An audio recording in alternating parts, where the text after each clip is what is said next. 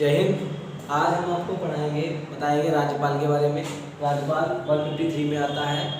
इसके क्वेश्चन आपको हर exam competitive exam आपका जो एसएससी जीडी हो गया, यूपी हो गया या लेखपाल हो गया, कहीं ना कहीं आपको इसके कोई ना कोई क्वेश्चन मिल जाएगा। या वो उसकी शक्तियाँ पूछ लेगा, या वो उसका पद पूछ लेगा, या पूछ लेगा कि राज्यपाल राज्य का क्या होता है, या कार्यपालिका की शक्तियाँ किसमें निहित होती हैं।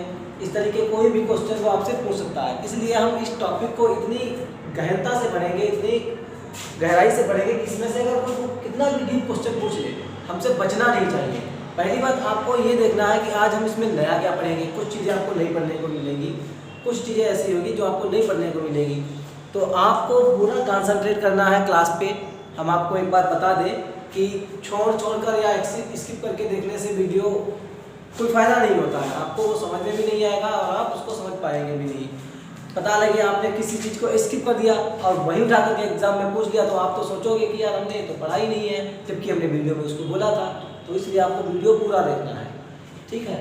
तो पहला आपको बता दें कि जो राज्यपाल का पद है ये लिए कहाँ से गया है? ये लिया गया कनाडा से,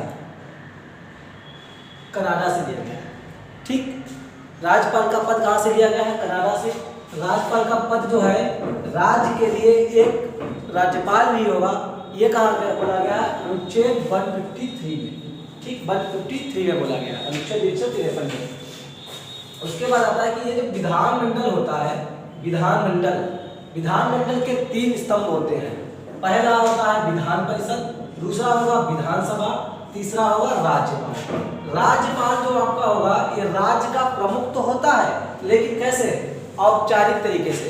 जैसे कि एक शादीशुदा आदमी अपने घर में प्रमुख बोला जाता है, लेकिन होता नहीं। उसके बाद औपचारिक प्रमुख कौन होगा? तो आपके राज्यपाल होंगे। और जो वास्तविक प्रमुख होगा, तो जैसे आपकी हस्बैंड होती है, वैसे ही यहाँ पे मुख्यमंत्री साहब होंगे, समझने के लिए, ठीक है। तो आपको मतलब एक अच्छी तरीके से समझ में आ जाए तो हम आपको समझा रहे हैं, क्योंकि आप जो अभी इनकी शादी नहीं है वो नहीं समझ रहे होंगे, इनकी हो चुकी है, तो इस दर्द को बहुत अच्छे से समझ सकते हैं, ठीक है।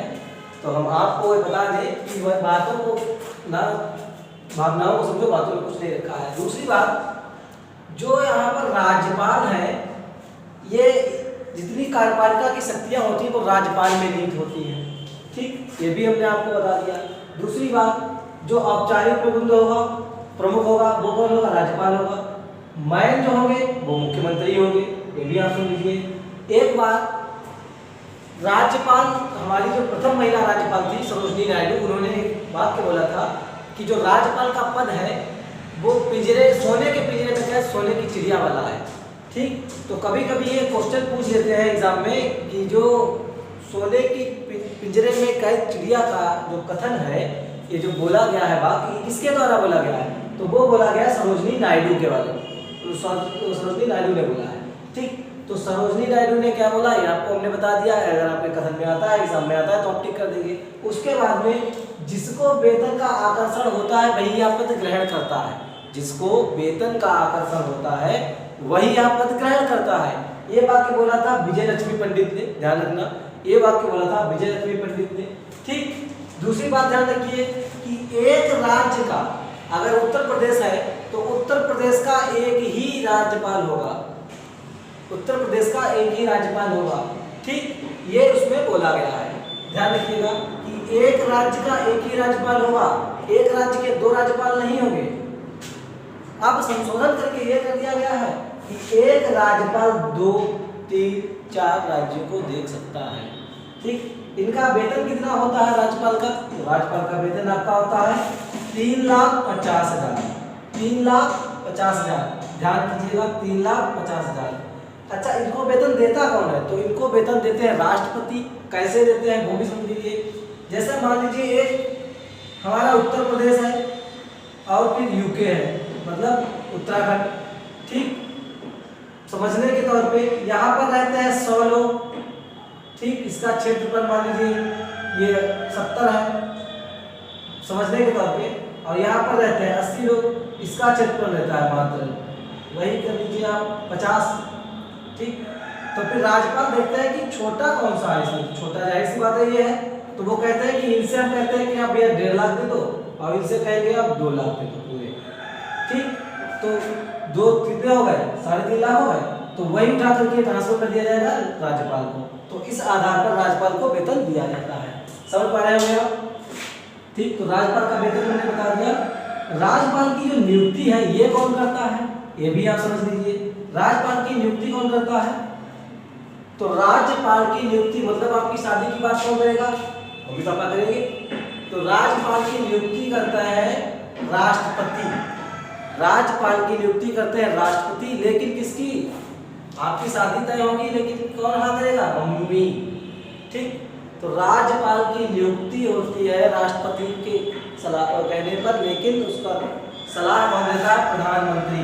प्रधानमंत्री की सलाह पर राष्ट्रपति को नियुक्त करते हैं राज्यपाल को। ठीक, समझ में आपको आ गया होगा कि राज्यपाल की नियुक्ति कौन करता है और राज्यपाल को वेतन कितना मिलता है, राज्यपाल की नियुक्ति किसकी अनुशंसा पे होती है, राज्यपाल का पदभार क्या होता है, औपचारिक प्रबंध कौन होता है, वास्तविक प्रबंध कौन होता है, राज्यपाल का पद कहाँ से लिया है, सब कुछ हमने आपको बता दिया।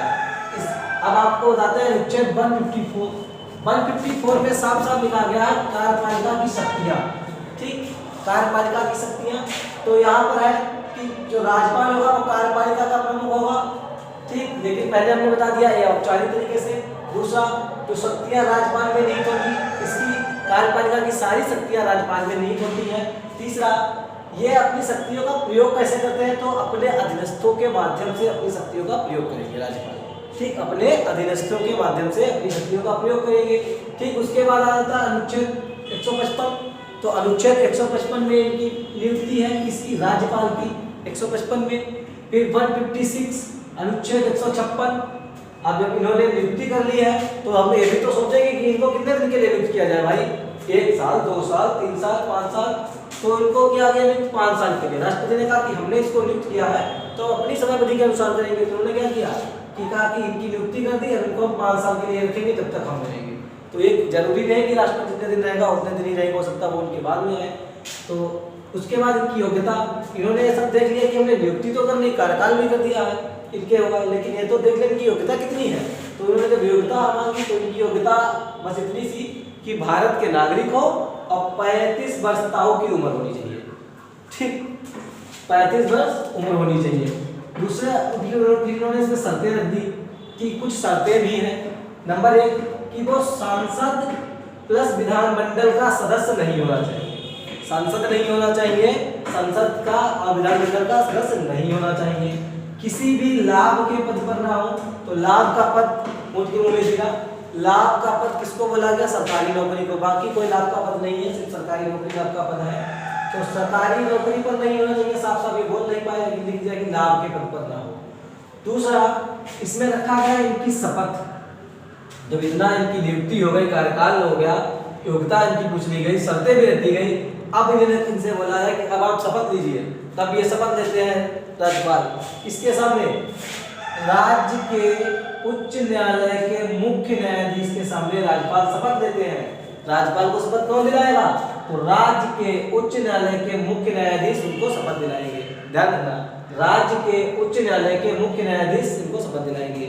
यदि किसी कारणवश मुख्य न्यायाधीश वहां पर नहीं मौजूद है, वो किसी पार्टी में गए हैं, शादी में गए हैं या कहीं भी गए हैं, या उनका टहलने का मन कर रहा है, टहलने निकल गए, भाई न्यायाधीश है, तो उस उनकी अनुपस्थिति में उनको कौन शपथ दिलाएगा, तो उनकी अनुपस्थिति में उच्चतम सीट पर जो पीठासीन होगा अधिकारी, जो अधिकारी आसीन होगा उच्च पद पर, उनके बाद वो न्यायाधीश उनको शपथ दिलाएगा। ध्यान रखना, मुख्य न्यायाधीश की अनुपस्थिति में, उनकी अनुपस्थिति में उच्च पद पर जो न्यायाधीश आसीन होंगे वो उनको शपथ दिलाएंगे। ध्यान रखना, कौन न्यायाधीश को शपथ दिलाएंगे, तो उच्च पद पर आसीन अधिकारी उनको शपथ दिलाएगा, न्यायाधीश उनको शपथ दिलाएगा।